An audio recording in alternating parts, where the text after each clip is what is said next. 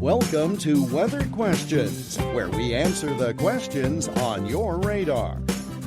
Welcome into episode 1.9 of Weathered Questions. My name is Jan Kaj, joined by my co-host Kai O'Mara today, and we have a kind of a different episode for you today. A lot of times we cover various questions on lots of different topics. Today we're still staying on weather. We're still talking weathered questions, but they're all going to be about the same topic, and that's going to be derechos. Maybe you've heard of them, maybe you haven't, but they are something that has really consumed our lives as meteorologists in Iowa for the last couple of years for a few different reasons. But we're coming up on a big anniversary here in Iowa.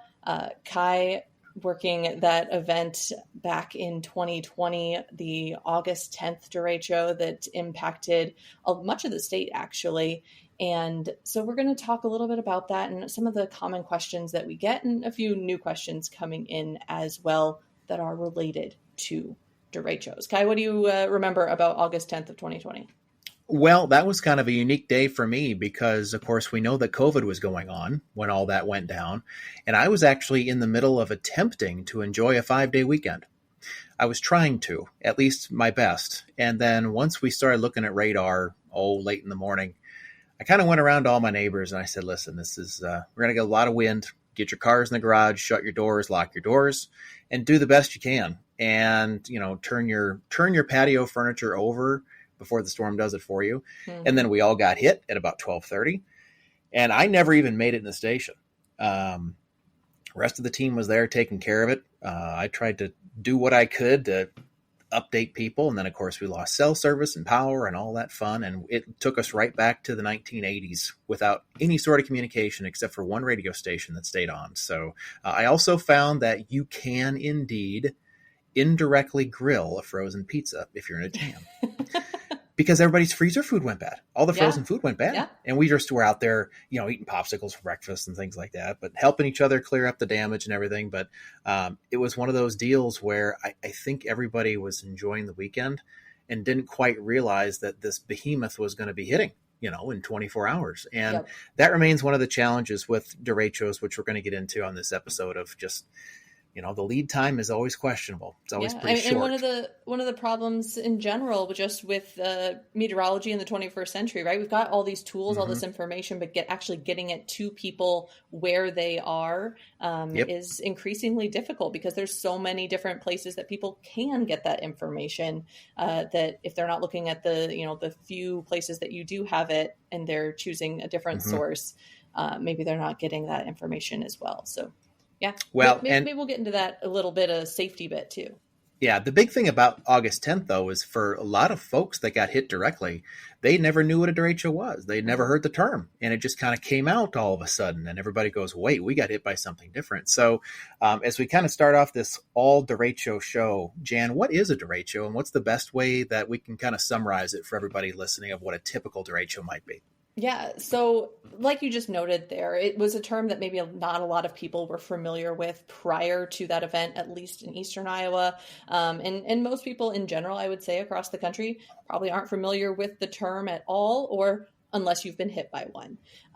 Now, the historical factors, parameters that have defined a derecho are actually changing in part because of that 2020 derecho. So right now, how we are categorizing derechos, essentially the big broad picture is it's a windstorm that covers a big portion of area and has very strong winds for an extended period of time. Now, there are specifics on that. So you need wind reports that are over 58 miles per hour or that 60 knot measurement.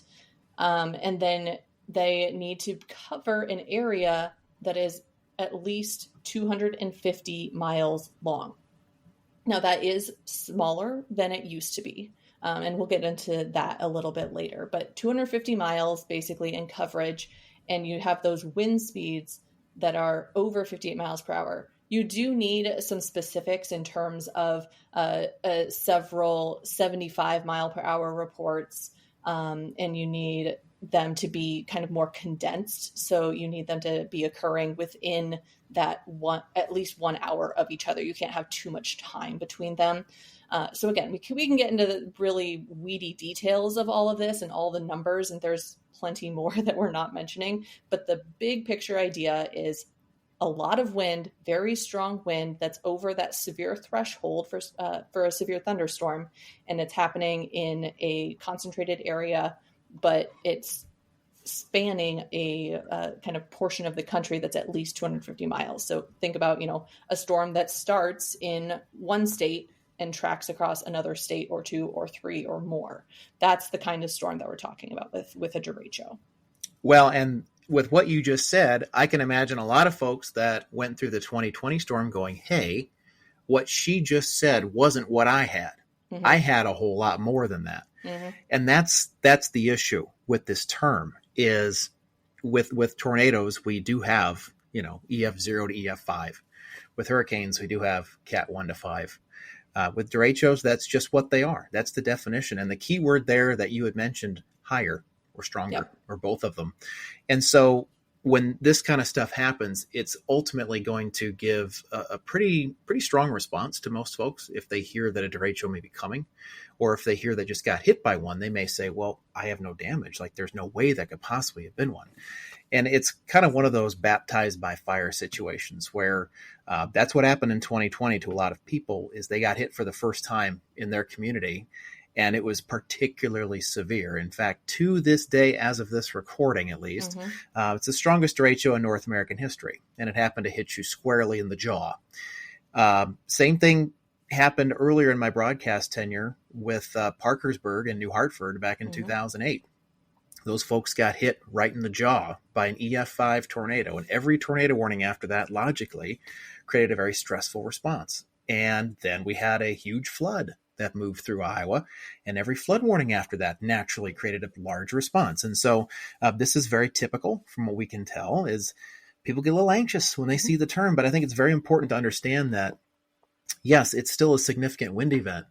No, it doesn't mean it's going to be a repeat of history, but what it means is it's going to be a fairly substantial storm one way or the other. And the one that just came through Iowa back at the end of July was really more or less about a 70 to 90 mile an hour event with some spots upwards of 99. I haven't heard anything official over 99, but there have been reports that have been floating around a little over 100 here and there. No, it's not the 140, right? That August 2020 was, at least estimated, but it was still substantial. And it was during the night too. And so that's where people are at their highest vulnerability. So we just want to make sure everybody understands that, yes, that's what the definition is, as Jan just mentioned, but not all of them are as bad as what 2020 was. They're not all going to be historic. They're not all going to be that peak in terms of intensity. Exactly. All right. So we've talked a little bit about what that derecho actually is. Let's talk a little bit about how things have changed over time. We actually got a question in from Brett who asks, how have derechos changed over time, such as the severity of the wind or in terms of the distance traveled? Well, that's a good question, Brett. And I unfortunately think that everything is pretty unclear right now. I don't think we have necessarily a really good feel on how things have happened because we have a pretty low sample size, but we still have enough of a sample size to know that we've had short duration ones, we've had long duration ones. And the database goes all the way back, at least at the Storm Prediction Center that's publicly available, all the way back to the late 1960s. And some of those still crossed several states way back then. And some of the more recent ones that have come across that have been really substantial. There was one in 1998 that came from about Minneapolis all the way to western New York. Another one in 2012 that went from eastern Iowa all the way to Washington, D.C., for example. And then we had this real big one, which the National Weather Service and Storm Prediction Center, I'm guessing, kind of got together on this one. They called it the cross-country tornado. Get this, northeast Colorado to Maryland. Oh, wow. And there were several events encompassed within that, but the storm reports line up all across the country. And so if one were to go back and research this with the Storm Prediction Center is actually going to do and go back and kind of look at things with exactly what Jan said, to just kind of see what things were like then and see what they are like now. I'm going to guess that we haven't seen necessarily any appreciable change one way or the other, but especially because the 1998 one moved through Grand Rapids, Michigan with an estimated 130 mile an hour winds. That was 22 years prior to August of 2020. Yeah. And one would argue that that's almost the same intensity. That one was in the overnight again, too. So whereas August 2020 was during the daylight. So you can see there's all these factors that go on. Here's what I can tell you, though. They're going to continue to happen. And at the very least, as what Jan said at the top of our program, if the definition goes from 400 miles down to 250, we're going to see more of them. Yep. So I would feel comfortable saying they're going to continue to happen. We're going to probably see more of them because of that reduced criteria. But I'd also feel very comfortable saying that derecho season, if we want to give one, is generally May through August. Mm-hmm. That's when most of them hit. So I think once we get past this month, Jan, I hope you heard that in the recording. I'm knocking on the desk.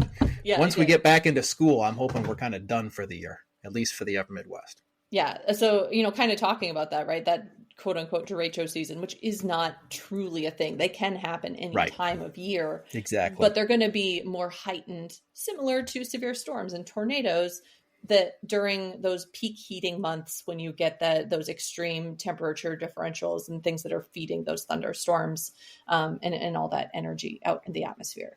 And to Kai's point, talking about things changing over time, obviously, yes, a change in the definition of coverage of a derecho going down naturally is going to increase that number.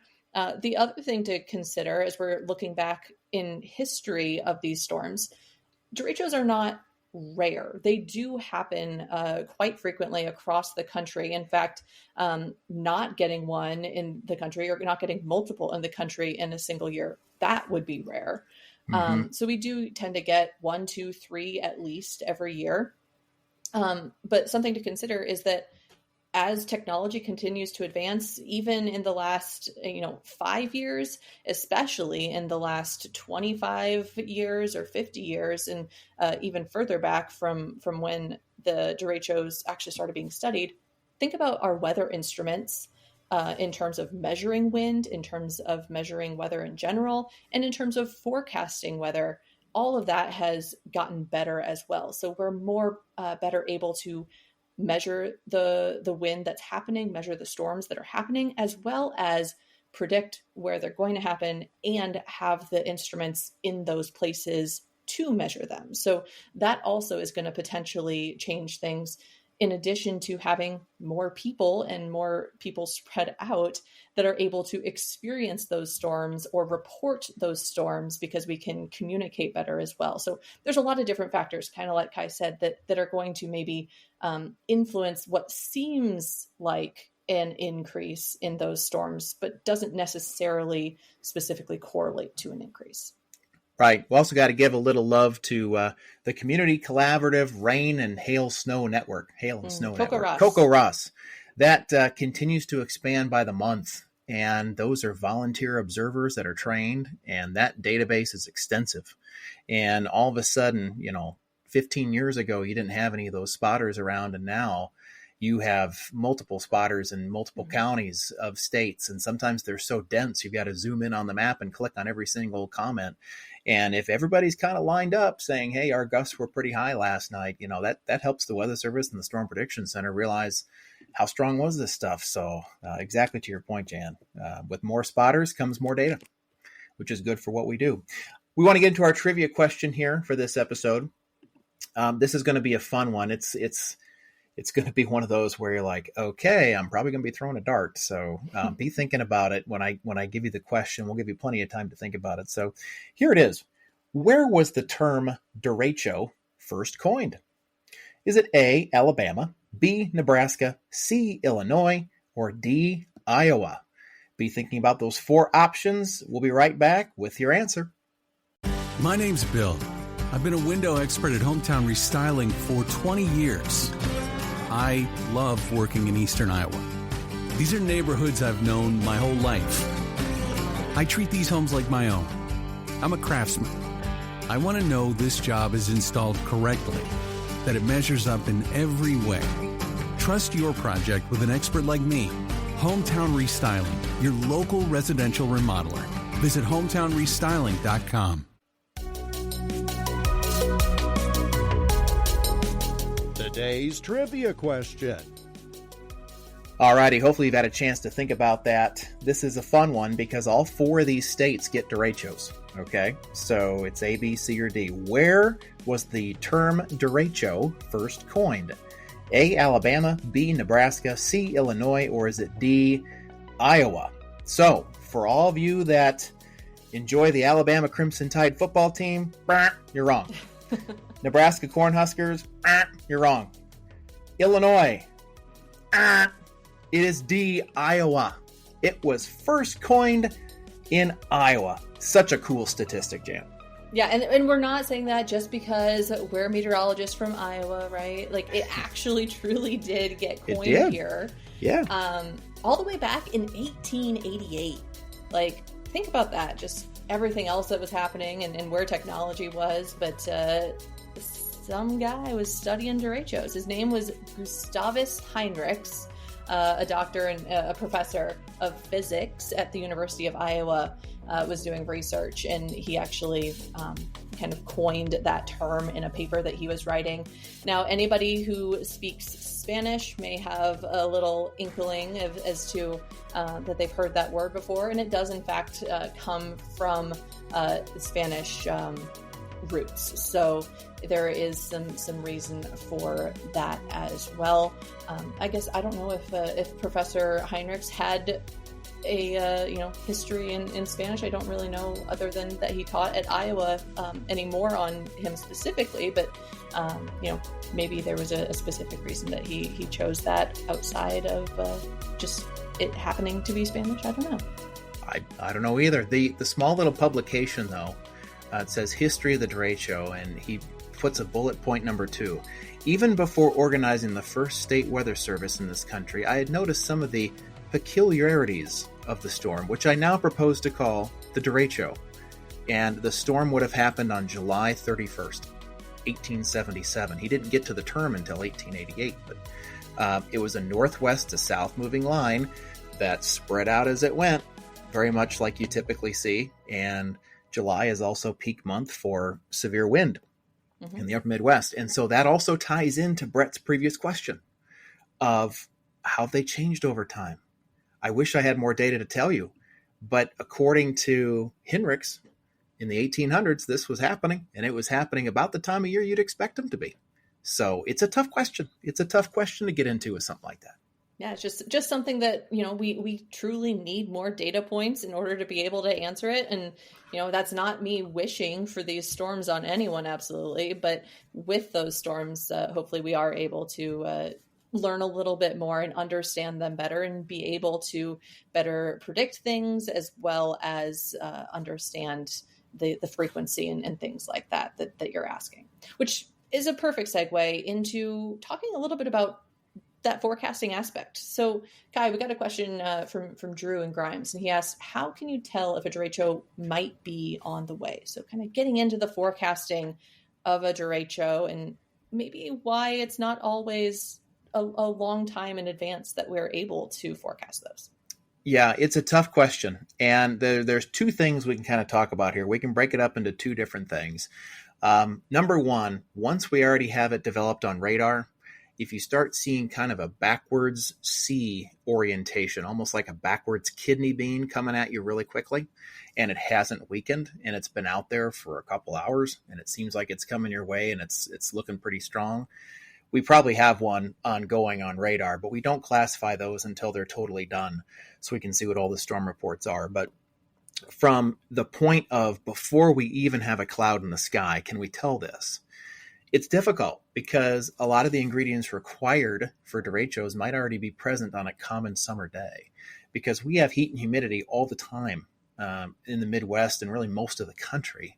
And so on top of that, you figure, all right, well, what makes this storm different? How can this one possibly get it going? Well, From what I can tell is the instability or the amount of unstable air generally is a very easy way to think of it. That needs to be quite high. And it might not be quite high directly on you, but there needs to be a reservoir of that located somewhere. That's number one. Number two, we're probably looking for some pretty strong winds at around 20,000 feet to kind of help kick things off. That'll also help increase the speed of the storm as it gets going. But the biggest thing about derechos is it's got to be a long, sustained deal. And what happens is you get these rain-cooled downdrafts, and that cold air spreads out down near the ground, kicks up some more warm air out in front of it, and it actually starts to create kind of its own life cycle. And so that's a cold pool, basically, is what it's called. And it's a cold pool driven line of storms. And so the more cold you have, the more it's going to spread out in front and accelerate. And then it lifts all that unstable air up and the process keeps going. So it can pick up some speed like that, and it can really drop your temperatures quick too. The derecho that hit Bismarck back in June, I believe, got them down to the upper 50s. And I believe we were in the 50s for August as well. So it can happen, but that's kind of the big thing. On a big picture, though, when I am looking for trouble, I look for a heat dome or a heat wave. Mm-hmm. And when you sit on the outside of a heat wave, there's these little waves that go around the outside. And a good way to think about that is if you have a big pot of boiling water on the stove and you put a lid on it and then walk away. That lid's going to start chattering. The steam doesn't go through the metal. It goes out the sides. That's where your weak points are. Mm-hmm. And so that's where all the heat, that's where all the unstable air is going to shoot out the side. And if there's some strong mid-level winds to help lift that, well, it's game on. And so that's why I think a lot of these, especially you see in the Midwest, kind of have that west to east, and then they turn southeast over time because they're rolling around the outside of that heat wave. So if I see a heat wave and I see a little wave going around that outside of the dome, I'm usually on guard for some, at least potential for strong storms. So that's about, the real simple way to think of it. Now, there's going to be some folks maybe listening that are, professors, other meteorologists that say, well, there's also maybe a couple more factors. Yeah, there could be. But I think in a very simple sense, mm-hmm. You need the heat, you need the humidity, you need something to generate the storm, and then you need a way for it to maintain. And being around the edge of that high heat gives it infinite energy, essentially, until all the factors don't come together anymore. And that's when the derecho stops. Sometimes these storms go all the way to the ocean before they stop. So yeah. I mean, it can be quite a ride. To your point there, Kai, why can't we necessarily forecast these well in advance, right? If we can see that those ingredients are going to be around, why aren't we calling for a derecho, 4, 5, 6, 7 days out? Well, the reason is because if one small thing changes, maybe you just get a little pop-up shower and then it's done. Right. And right. Why would you expect a storm that's going to cover 250 miles? Mm-hmm. And why would you, call that out several days in advance when all it did was impact one town? And, right. The wind didn't even get that intense because the storm wasn't able to build that life cycle that you just talked about. So that's the really tricky thing as well with derechos, is because it's not just the intensity, it's also the distance. And so if that storm complex encounters an area that is less favorable and it dies out, all of a sudden your big storm is just a little blip on the radar and then it's done. Mm-hmm. And then it's like every other summertime storm that comes mm-hmm. through, where exactly. That's very typical, where you get a quick 20-minute storm and you're out shopping and you're like, well, we're just going to ride this thing out. We'll be good. And 9 times out of 10, maybe 99 out of 100, you're good after that. Yeah. And then you get on your way. But when derechos hit, it's a little bit different. And then the big thing too is, and one of the Storm Prediction Center meteorologists said this really well once, it's kind of like a derecho is a rowing team. When all the rowers are in sync, look out.